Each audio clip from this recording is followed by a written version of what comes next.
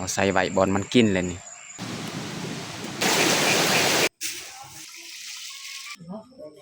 พอดีสุกให้น้องพลอยเอาไปให้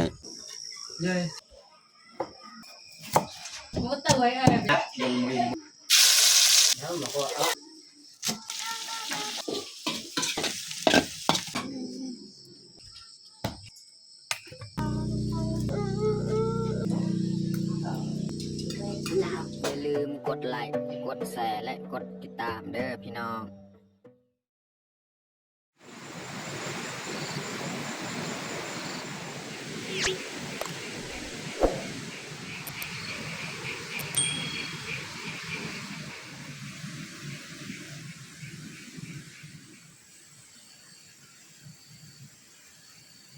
กราบสบายดีเบิดสู่ผู้สู่คนเนาะมีตอนหับเขาสู้ซองเปล่ายืน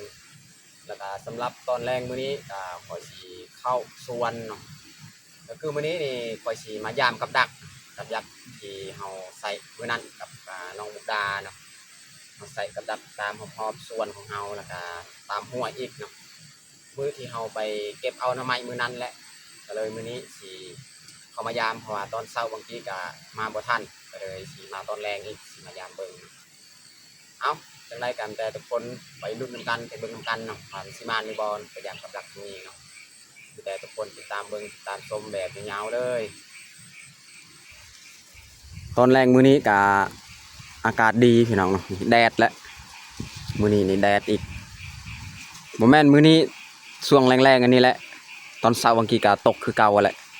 แต่ในช่วงแรงนี่ก็แดดอีกเนาะ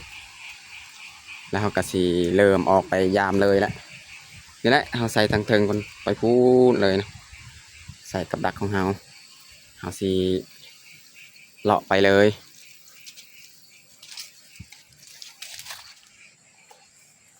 นี่แหละกับดักที่เขาใส่ไว้บ่เห็นมียังมา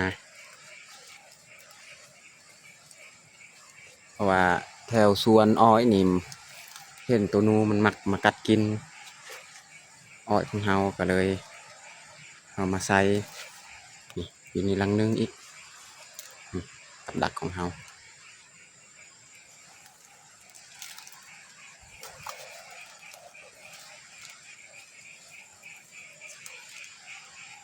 นี่พี่น้องเบิ่งอันนี้แหละ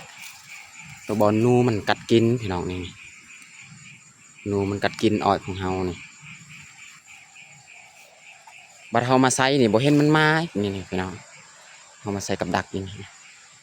มันสลัดงูนี่นี่เอาใส่ใบบอลมันกินเลยนี่บัดเฮาใส่นี่มันบ่มาอีกเนาะนี่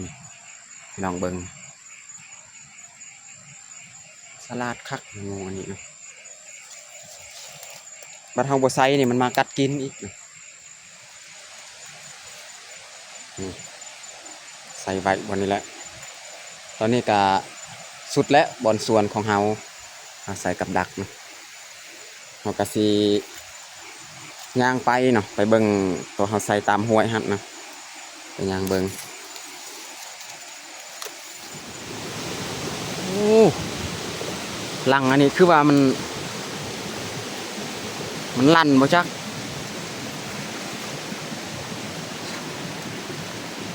นี่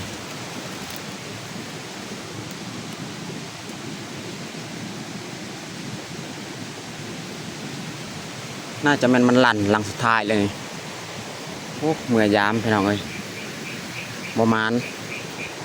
เอากระห่างคืนไว้ตัวนี้นะตอนนี้ก็เรียบร้อยเอาไปยามกับดักเนาะ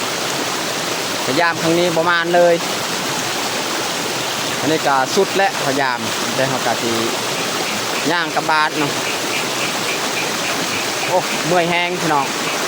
พยายามกับประมาณ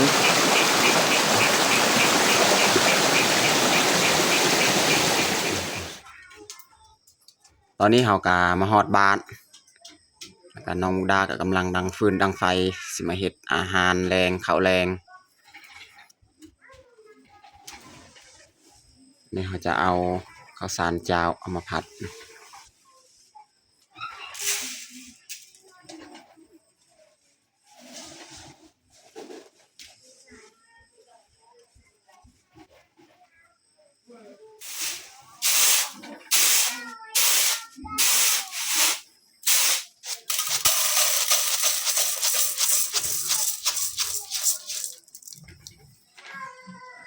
แล้วเขาก็เอาน้ำมาใส่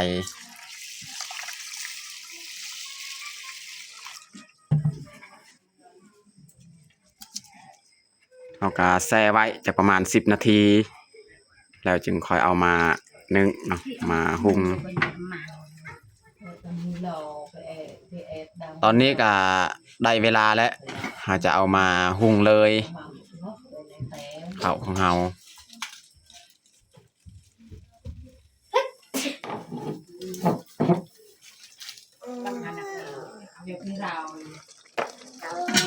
ตอนนี้ก็กำลังฟดและ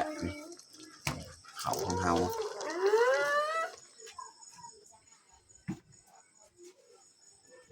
อันนี้อันนี้น้องมุกดาจะเอากล้วยที่เราเอาไว้มื้อนั้นแหละเอาไว้อยู่เทิงนี่อันนี้เราก็เอาลงมันสุกแล้วเราก็เอามาแบ่งปันให้พี่น้องพี่นุ่งนี่ได้ประมาณอาทิตย์หนึ่งเอามาไว้อยู่บ้านพอดีสุกเลยจิ้มไว้ให้หันเราก็แบ่งสำใดมันพอเราก็แบ่งให้เลยเนาะให้น้องพลอยเอาไปให้พ่อแม่กันโตกักอันนี้หลังจากเขาแบ่งแล้วเราก็สีแบ่งให้คนอยู่นอกเรือนเฮาอีกเนาะมีเอาไปให้เลยเนาะคนอยู่นอกเรือนเฮา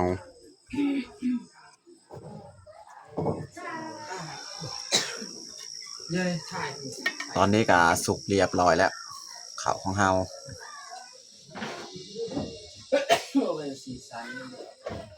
นี่เขาจะปรุงเลยหม้อข้าวไอ้เขาสีมาดังไฟต่ออีกสิมาเฮ็ด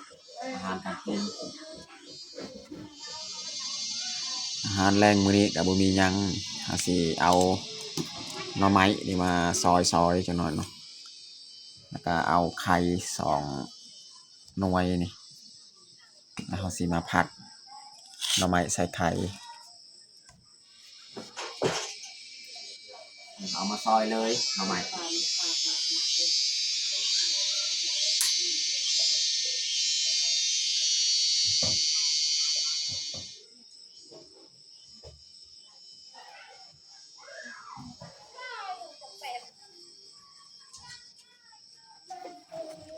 หน่อไม้นี่เขาต้มเรียบร้อยแล้วหน่อไม้ไหล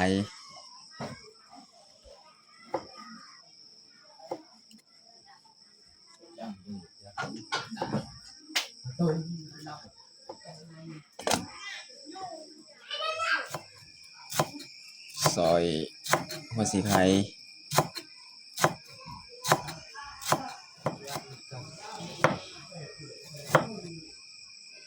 ซอยคิง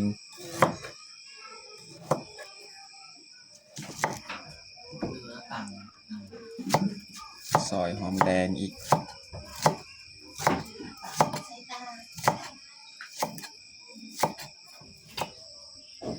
อันนี้เราจะเอาหัวสีไข่ที่เราซอยเอามาตำรวมใส่พริกกระเทียม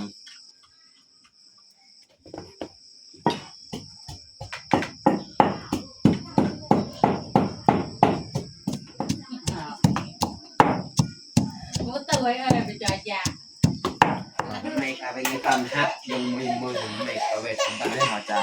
บะซ่องจุดๆไก่ เอากระทะมาค้างกันสีมาหัวเลยใส่น้ำมัน โอ้เที่ยวเราดูไต ประมาณนี้แหละใส่ เต็มปังตัวกระปุก กันเราเพิ่มขั้นไปเอาไปแล้วเราเพิ่มยังไงเราจะเอาหน้าค่ะ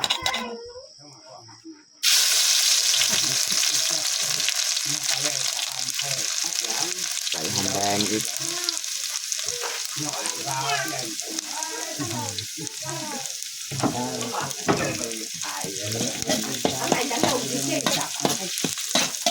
ยังก็จะมีร้อยต่อยังดาวคณะ ไม่ได้เอาสีเอาหน่อไม้มาใส่ ว่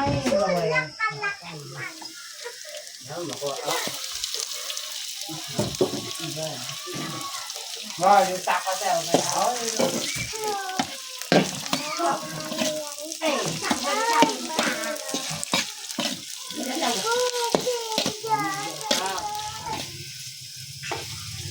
วันนี้เราจะมาปรุงกับเป็นนัวเนาะใส่น้ำปลา เยอะมาก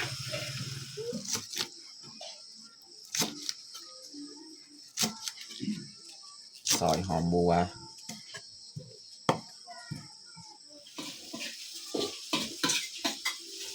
วันนี้หาสีเอาไข่ของเราเนี่ยนะเคาะใส่เลยนะ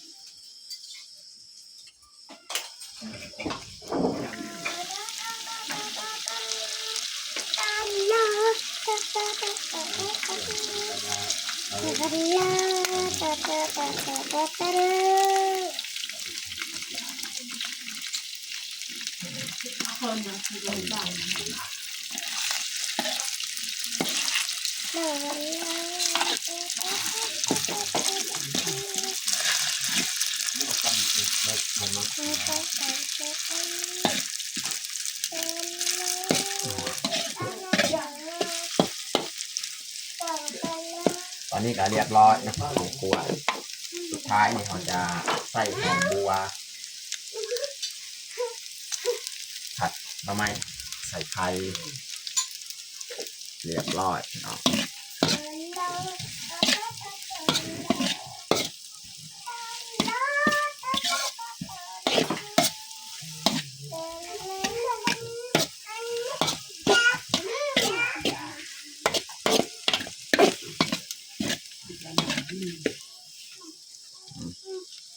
สีสันก็ประมาณนี้แหละเนาะ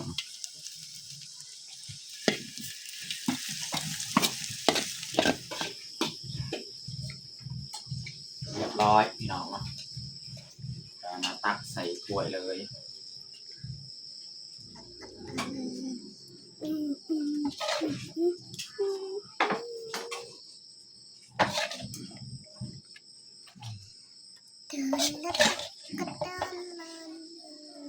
พอดีเต็มถ้วยเลย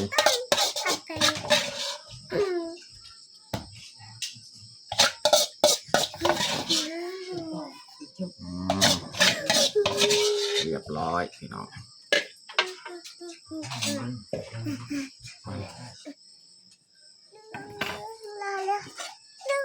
ไม่ได้เอาสีมาตักข้าวของเราใส่ถ้วยเลย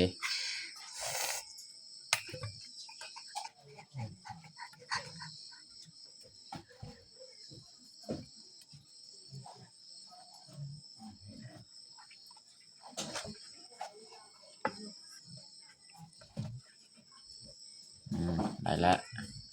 ตักสำเต็มเบิดจึงตักไม้ตอนนี้ก็เรียบร้อยเฮาแต่งข้าวของเฮาผัดหน่อไม้ใส่ไข่แล้วก็ปรุงข้าวเจ้าเนาะอันนี้แม่นบวงกลางนี่ตัวนี้เนาะอันนี้แม่นถ้วยที่เราจะใส่สำหรับอาหารแรงของเฮากับเบิดส่วนนี้แหละตอนนี้ก็เรียบร้อยแต่งข้าวของเฮาแต่เฮาจะลงมือกินข้าวแรงเลยเอามาเด้อพี่น้องมากินข้าวแรงน้ำกันเอาน้องพลอยเอิญลุงป้ามากินข้าวเอามาเด้อมากินข้าวแล้วนำกัน อามาเด้อพ่อแม่พี่น้องมากินข้าวนำกัน เย็นพลอย อร่อยเกลือดาบเกลือดาบ น้องเป็นข้าวเป็นดาวครับชอบ ไปไหนตู้ชักกันเจ้า จ้าคนที่ตัก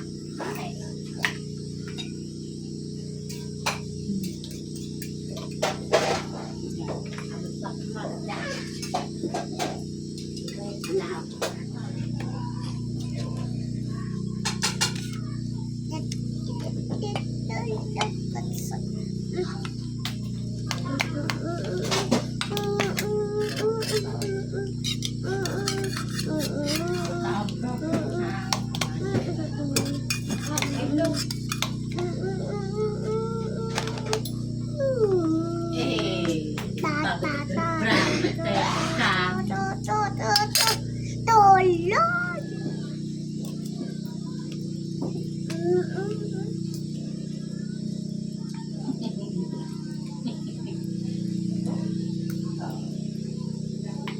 เป็นเอ๊ะเอ๊ะ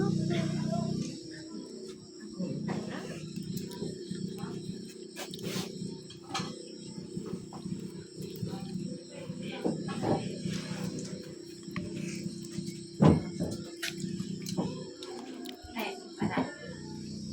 ด่าหนูเด็กไม่ด่ามึงจะไปด่า